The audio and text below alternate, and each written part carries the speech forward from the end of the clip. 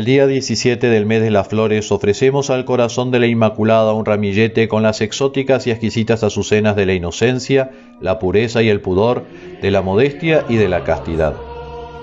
Nuestros primeros padres fueron creados por Dios en santidad y justicia, con la dote extraordinaria de los dones preternaturales que venían a perfeccionar su naturaleza humana, sin elevarla al orden sobrenatural, pero sí por encima de aquello que de suyo la naturaleza exige: ciencia infusa, inmortalidad, inmunidad de concupiscencia, es decir, el dominio de la razón sobre las pasiones, inmunidad de dolores y enfermedades corporales. Y sobre todo, les concedió la gracia santificante, que es un don absolutamente sobrenatural, gracias al cual eran partícipes de la naturaleza divina. Pero al desobedecer perdieron todos estos privilegios y nosotros el derecho a recibir esa preciosa herencia. Ellos fueron expulsados del paraíso y los pobres hijos de Eva fuimos excluidos del cielo. Nos vimos privados de la gracia y amistad de Dios. El pecado original abrió entre Dios y los hombres una brecha abismal que parecía insuperable. La gravedad del pecado se mide en proporción a la dignidad de la persona ofendida. Siendo infinita tal dignidad, infinita es la gravedad del pecado, el cual para su perdón exige una reparación proporcional, infinita, para satisfacer a la justicia de Dios. Las puertas del cielo se cerraron y el hombre solo podía ofrecer a Dios una reparación imperfecta y limitada por la ofensa cometida. Pero como lo certifica el apóstol San Pablo, donde abundó el pecado, sobreabundó la gracia. Dios Padre, en su infinita bondad, no dejaría al hombre eternamente privado de su amistad. Ya desde el Génesis, Dios muestra su misericordia para con el hombre y nos deja una palabra de esperanza en la que se ve claramente su acción salvífica. Establezco enemistad entre ti y la mujer, entre tu linaje y su linaje. Ella te aplastará la cabeza y tú le acecharás el calcañar. Esta palabra de esperanza significa que Dios tenía ya en su mente a la Santísima Virgen María, quien viene a ser para nosotros la nueva Eva en el orden de la gracia.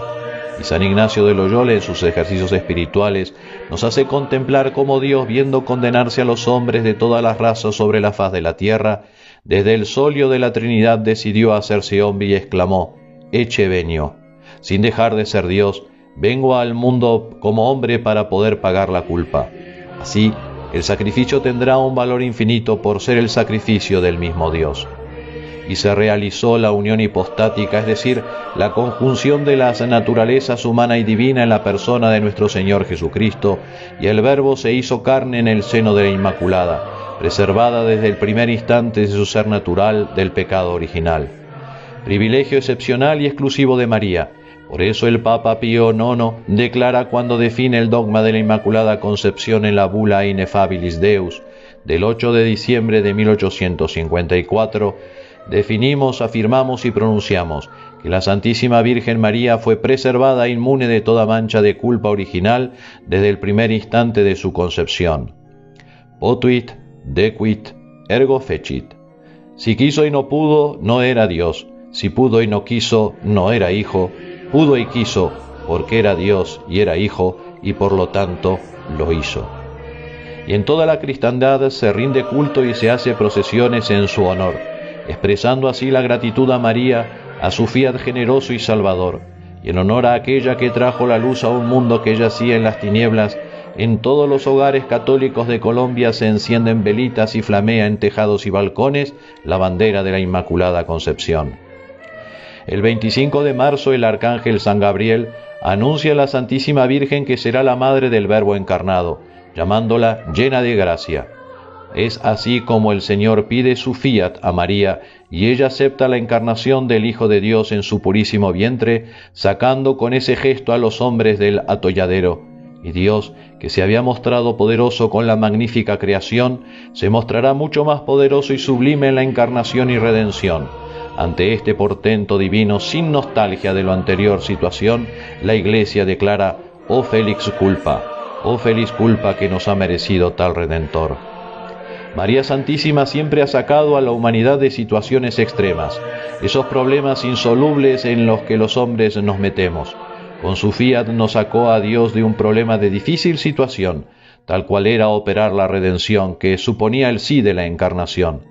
sino que a todos los hijos de Eva nos dio la oportunidad de salir del atolladero y así alcanzar la salvación, tomando el mismo camino que Dios eligió para llegar hasta nosotros, que es sin duda el más seguro para llegar a Él. Por María, Dios a nosotros; por María, nosotros a Dios. Esa maestra de los hombres que es la historia nos dejó un épico ejemplo, aquel que sucedió en Empel, lugar de Flandes, el día 7 de diciembre de 1585. Un tercio viejo de Zamora, con sus unos 5.000 hombres, combatía al mando de Francisco Arias de Bobadilla en la isla de Bommel, situada entre los ríos Mosa y Vaal, bloqueado por completo por una escuadra del ejército calvinista holandés al mando del almirante Felipe de Van Hohenlohe. La situación era desesperada para los tercios españoles, pues además del estrechamiento del cerco, había que sumarle que estaban todos famélicos y ateridos de frío. El jefe enemigo propuso una rendición honrosa, pero la réplica católica y española fue clara: los infantes prefieren la muerte a la deshonra, ya hablaremos de capitulación después de muertos. Ante tal respuesta, el almirante holandés utilizó una estrategia mortal: abrir los diques de los ríos para inundar el campamento español. Anegando todo y ahogando a ellos, pronto no quedó más tierra firme que el montecillo de Empel, donde se refugiaron los soldados del tercio. En ese crítico momento, un soldado del tercio, cavando una trinchera, tropezó con un objeto de madera allí enterrado. Era una tabla flamenca con la imagen de la Virgen María bajo la advocación de la Inmaculada. Anunciado el hallazgo, colocaron la imagen en un improvisado altar y el maestre Bobadilla, considerando el hecho como señal de protección divina, instó a sus soldados a luchar encomendándose a la Virgen Inmaculada. Esa noche, Nuestra Señora escuchó sus ruegos, se desató un viento completamente inusual y un frío intenso de 22 grados bajo cero heló las aguas del río Mosa, haciendo encallar los barcos del almirante holandés, que como protestante calvinista que era, negaba la Inmaculada Concepción de la Santísima Virgen María. Los españoles, marchando sobre el hielo, atacaron por sorpresa a la escuadra enemiga al amanecer del 8 de diciembre y obtuvieron una victoria tan completa que el almirante llegó a decir: tal parece que Dios es español al obrar tan grande milagro. Y nosotros podemos agregar que María es madre fiel y reina poderosa de los católicos, que ponen su confianza en ella y que nunca fueran confundidos.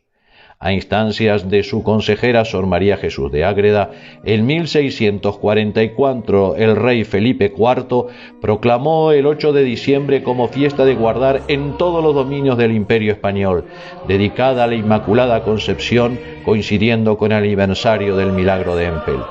En 1708, el Papa Clemente XI declaró extendida esta fiesta a toda la Iglesia católica.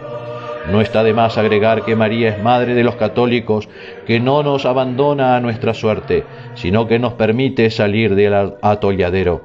En nuestra vida, muchas veces atravesamos situaciones en las que nos parece imposible encontrar la salida, en las que, como los soldados de Empel, nos sentimos asediados por todos los frentes y el enemigo nos da por derrotados. Las agitaciones políticas y la tiranía democrática, que niega el derecho a los pueblos a vivir la libertad de los hijos de Dios, se acrecienta día a día, y las múltiples propuestas de solución no serán jamás buenas si no pasan por María. Como en Empel, nos asedia la revolución en todos los frentes. La ideología de género quiere anegar los campos de azucenas, mancillando inocencias y candores.